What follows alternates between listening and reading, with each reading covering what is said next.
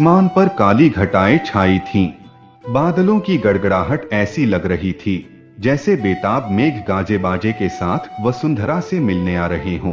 शीतल मंद बयार ने वातावरण और भी खुशनुमा बना दिया था।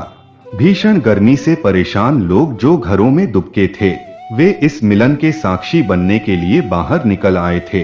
रमन भी अपने ऑफिस के कमरे की खिड़की के पास बैठा बाहर की चहल पहल का आनंद ले रहा था।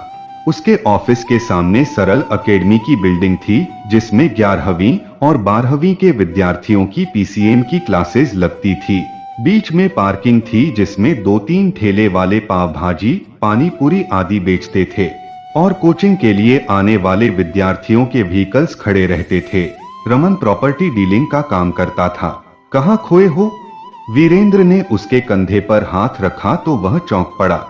अरे यार, तुम कब आए? 5 मिनट हो गए, लेकिन तुम इतना खोए थे कि मेरी आहट सुन ही नहीं पाए। पाव भाजी, पनीर टिक्का और पानी पूरी खाते हुए इन पढ़ने वालों की यह बात बेबाक खिलखिलाहट मुझे अंदर तक गुदगुदा जाती है। मैं भी अपने पुराने दिनों में खो जाता हूँ। बैठो, क्या लोगे? चाय या कॉफी?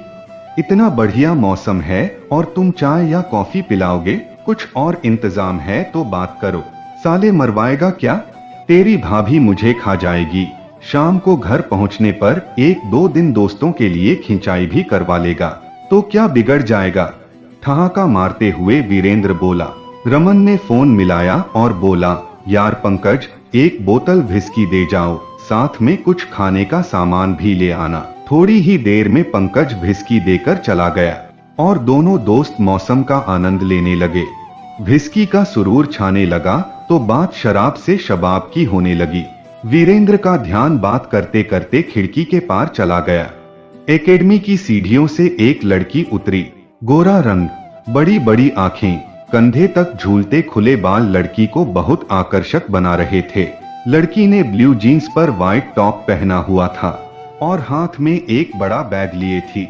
लड़की ने बैग से चाबी निकाली और एक्टिवा के पास आकर खड़ी हो गई। तभी उसके पीछे से आती हुई एक लड़की ने आवाज दी।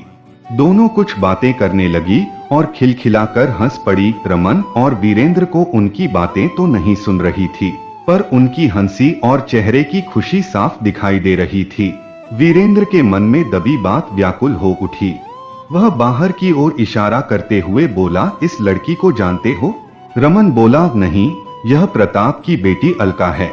वही प्रताप जो बैंक में कैशियर लगा हुआ है। हाँ, पर तुम इसे कैसे जानते हो? यह ऐसी बात है जो मैंने पहले किसी को नहीं बताई। आज तुझसे साझा करता हूँ, लेकिन वादा करो तुम इसे किसी से नहीं कहोगे। रमन, मुझ पर भरोसा नहीं है क्या? फिर भी वादा करता हूँ। वीरेंद्र बोला, जब मैंने यहाँ कॉलेज में एडमिशन लिया था तो साल भर तो मैं हॉस्टल में रहा, परंतु हॉस्टल का खाना मुझे माफिक नहीं बैठ रहा था। पेट दर्द रहने लगा था तो मैंने प्रताप के घर कमरा किराए पर ले लिया। मेरा कमरा, एक छोटी kitchen, toilet, bathroom first floor पर थे। उन दिनों अलका 3 वर्ष की थी। बहुत ही बातूनी और चंचल, सारा दिन घर में धमाल मचाए रखती थी। मुझे भी इसकी बाल सुलभ हरकतें बहुत अच्छी लगती थी और मैं भी अक्सर इसके साथ खेलता रहता था।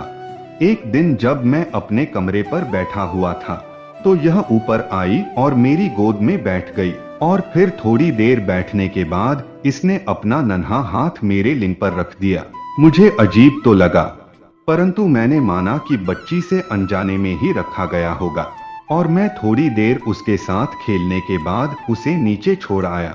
4-5 दिन बाद वह मेरे कमरे में आई तो मैंने उसे खिलौने का पैकेट पकड़ा दिया जिसमें सभी जानवर थे जो मैं उसके जन्मदिन पर लाया था।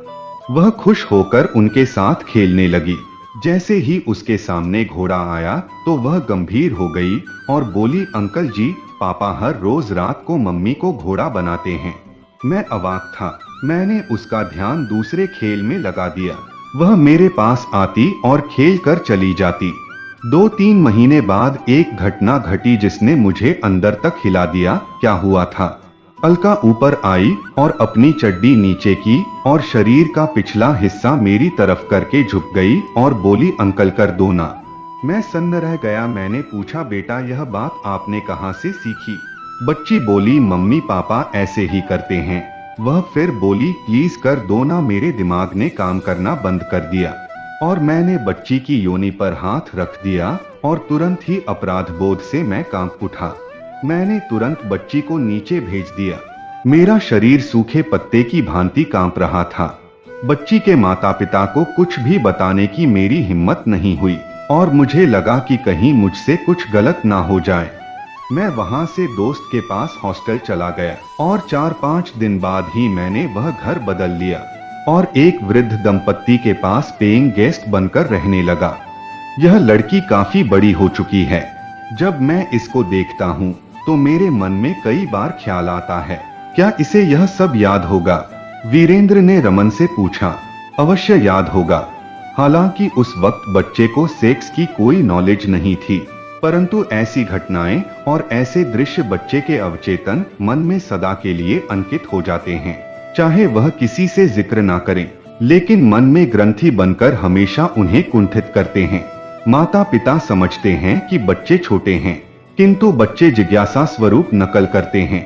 कई बार गलत लोग बच्चों के भोलेपन का फायदा उठाकर उसे पथभ्रष्ट भी कर देते हैं। परंतु तुम्हारे मन में क्यों उत्सुकता है जानने की? मेरा मन कहता है कि उस वक्त मैंने जो किया सही किया, परंतु आज अगर मुझे यह फंसे तो मैं अवसर नहीं चुकूंगा। तू बता, मेरी जगह तू होता तो क्या करता? नशे की झोंक में वीरेंद्र बोला। मैं उसके माता पिता को समझाते हुए कहता कि वे बच्ची के सामने मर्यादित व्यवहार करें, और रही बात आज की, इसके बारे में जब भी मैं इसको यहाँ उतरते हुए देखता हूँ तो मेरी अपनी बेटी की झलक मुझे इसमें नजर आती है। रमन की आंखों में वात्सल्य का भाव आ गया था। वीरेंद्र की आंखें पल भर के लिए झुक गई थीं। तो दोस्तों, इसमें दोषी कौन है? तो दोस्तों, आशा करता हूँ कि ये कहानी आप लोगों को अच्छी लगी होगी, तो इसे लाइक करें और हमारे चैनल को सब्सक्राइब करें। धन्यवाद।